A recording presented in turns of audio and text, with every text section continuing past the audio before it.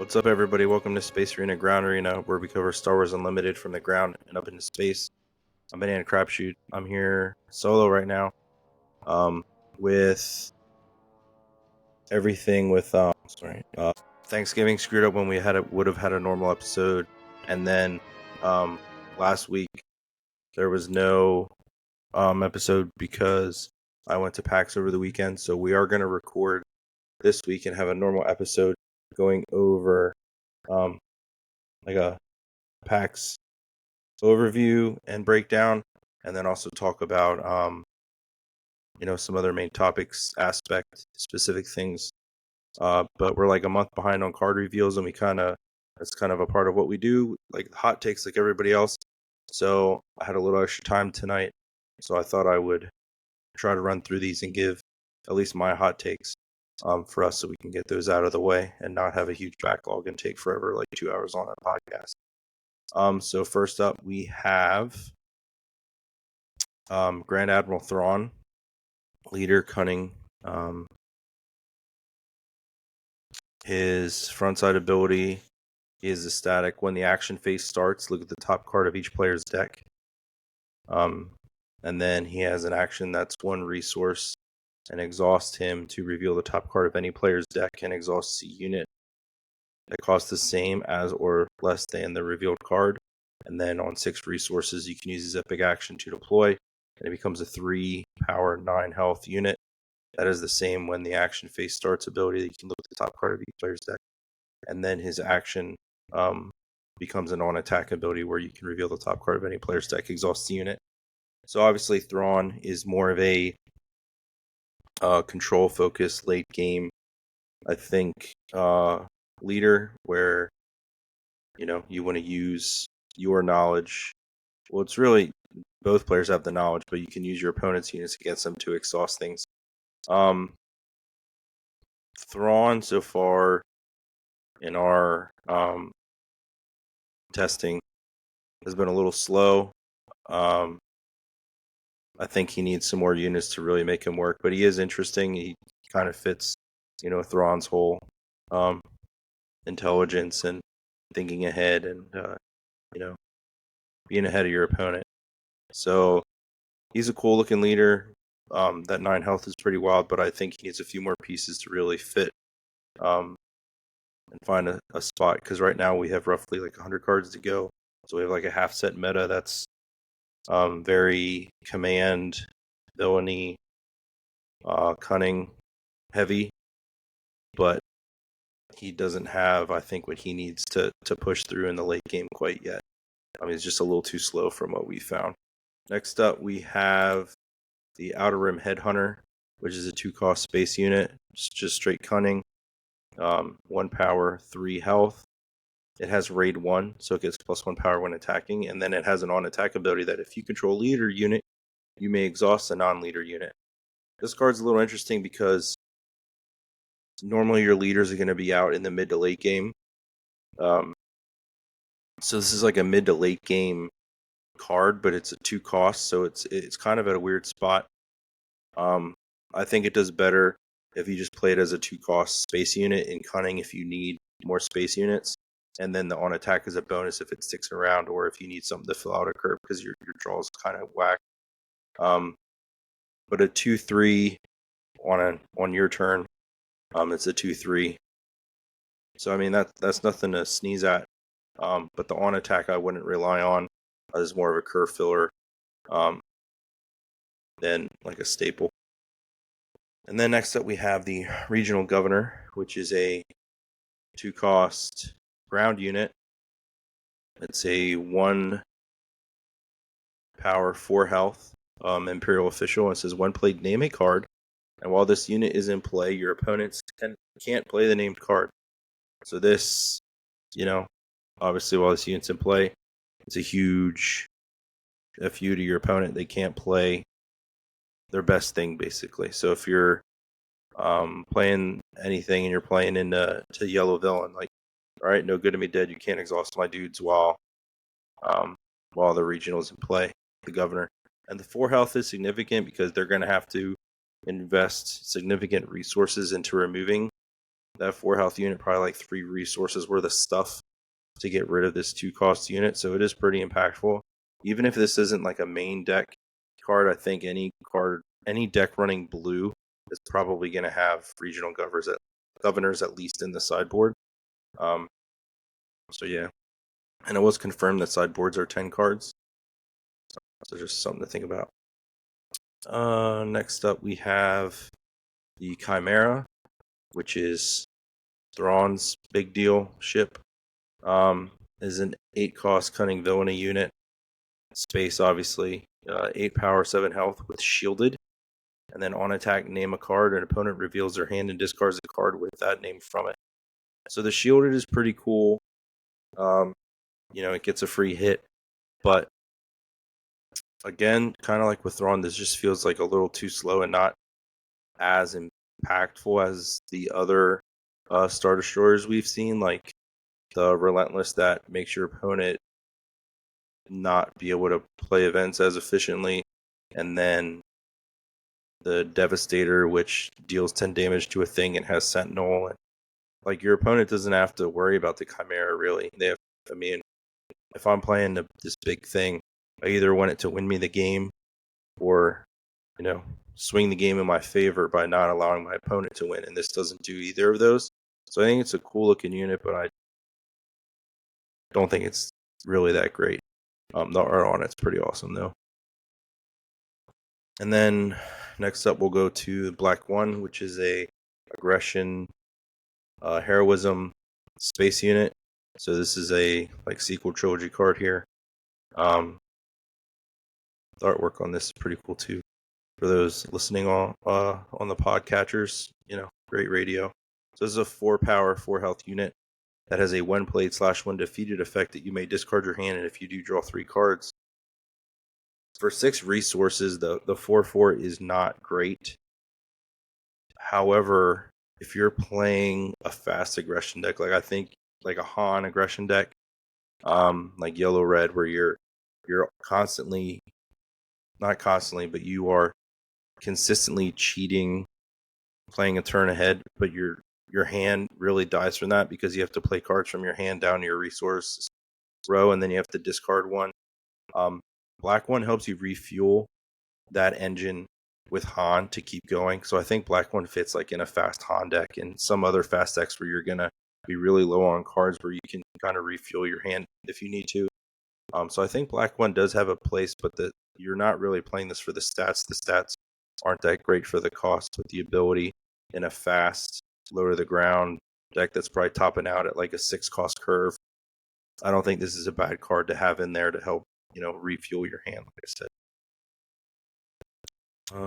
Okay, next up we have the Patrolling V-Wing, which is a 2-cost space unit. Command, 1 power, 1 health. When played, draw a card. Simple. It is not a game ender. It's a little weenie. It's only a 1/1, but it replaces itself, which is pretty valuable in most card games that I've played. Anytime you get access to card draw is a good thing, and this is a cheap way to get it. So I like the Patrolling V-Wing in command decks if I'm looking for certain pieces in my deck. This replaces itself. It gives you a body and isn't great, but card draw is good. And we'll move to the Fifth Brother, which is an aggression villainy 3-cost ground unit. 2 power, 4 health. He gains raid 1 for each damage on him. And his on attack ability is you may deal 1 damage to this unit and 1 damage to another ground unit. So far, Fifth Brother has been pretty good in any villainy deck that's splashing red. Boba Fett, Vader. This is the first unit we've also seen that work somewhat with Grand Inquisitor, but still isn't enough to make Grand Inquisitor any good. But Fifth Brother himself is a good unit. Works really well with the Fallen Lightsaber that gives +3/+3. And if it's on a Force unit, it deals 1 to ground units. Fifth Brother with any lightsaber is pretty strong, but he really works well with the Fallen Lightsaber. And he's just a good overall unit. 3-cost aggression unit. Really solid. Moving on to Snapshot Reflexes. It's a cunning upgrade with some Mandalorian art. When played, you may attack with attached unit, and it gives +1 power, +1 health. So it's a quick buff, and it gives you some action compression where you can attack with the unit you played it on right away. I think, again, in similar to Black 1 in the decks it wants to be in, I think fast, low to the ground, trying to race your opponent down decks. And if your units can stick, I mean, that +1 power 2 or 3 times is pretty significant. So I like Snapshot Reflexes as a cheap +1/+1/+. It has a little bit of that surprise factor because, yeah, I'm going to play this upgrade and I'm attacking with my unit right away. So it can help punch through bigger things and protect your person at the same time. It helps with board control. So I like Snapshot Reflexes. Then we have Bamboozle, which is a 2-cost Cunning Heroism event. You may discard a Cunning card from your hand instead of paying this event's cost. And then the effect on it is to exhaust the unit and return each upgrade on it to its owner's hand. So you don't need to pay the cost for this. You could play this in a villainy deck. You could play this. Yeah, you just have to discard a card with the Cunning icon on it, and you can play that instead of paying the whatever the cost would be. So you exhaust the unit and return each upgrade on it to its owner's hand. You can use this on your own units if you got a unit with a bunch of upgrades on it and you don't want to. No, that doesn't really work because you're still gonna lose the unit, but you'll get the upgrade. So I guess if the upgrades are that important to you, you can try to protect your own upgrades and get them back. I think you'd want to do this more than likely on opponent's unit, but I don't know if the 2 cost is enough. I mean, Waylay, I guess, just removes the unit, and the upgrades go to the discard pile, so I think Waylay would be better, right? I don't really know what I think about Bamboozle. It's bamboozling me, trying to figure it out. I don't see myself really ever playing it, to be honest. I don't think it's that great. I think that we have better options for the stuff it's trying to do. All right, next one we have is Medal Ceremony, which is a 0-cost heroism event that says give an experience token to each up to 3 rebel units that attack this phase. I think Leia really likes this card. She's going to be able to attack with multiple rebels a turn. Yeah, anytime you have rebels that are in a somewhat fast, go wide strategy, this I think will be pretty solid because you can buff 3 units. The thing is, they have to survive. They have to be on the board, and they had to have attack. So there are a bunch of hoops you have to jump through to get there. But experience tokens have been pretty good so far. So I think Medal Ceremony is okay. It's just you got to build, the right deck where this is going to get the payoff you need. Next up, we have Outmaneuver, which is a 3-cost tactic cunning event. Choose an arena, ground, or space. Exhaust each unit in that arena. This exhausts your own dudes and your opponent's dudes. I think this is a card that is probably going to be more of a sideboard card where if you're playing into a dude and or girl that is a lot heavier in another arena than you are, or if you're playing in your deck and you're not drawn into your units you need in that game, this isn't a way to slow down your opponent. This isn't going to give you the advantage right away, but it can slow your opponent down to give you some breathing room. So I don't think this is going to be main decked a lot, but I could definitely see this in a bunch of sideboards for the stall and catch up capability it gives you in certain matchups. Moving on, we have Vigilance Unit, Wilderness Fighter, Ground Unit, 2 power, 4 health, shielded. Chewbacca loves this card. Play Give It Sentinel, and it's a 2/4 with a shield. I think Krennic probably likes this card too because it's a 2/4, right? Anything with big booties, Krennic is going to like. So a 2/4 for 3 with a shield, I think goes right up Krennic's alley too, but I think Chewbacca really likes the Wilderness Fighter. It's a pretty solid 3-cost card. And then we have a 2-cost Partisan Insurgent, which is an aggression ground unit. So 1 power, 4 health, And while you control another aggression unit, this unit gains rate 2. So it's a 2-cost 3/4. If you're playing this card, you're playing this card with other red stuff in your deck, obviously. So most of the time on your turn, this is a 3/4, which for 2 is pretty good. We're gonna say pretty good. Yeah, that's pretty good. Partisan Insurgent cheap 3/4. I think it's gonna be pretty baller in draft. It's gonna be able to swing up into a few things. So yeah, I like the Partisan Insurgent.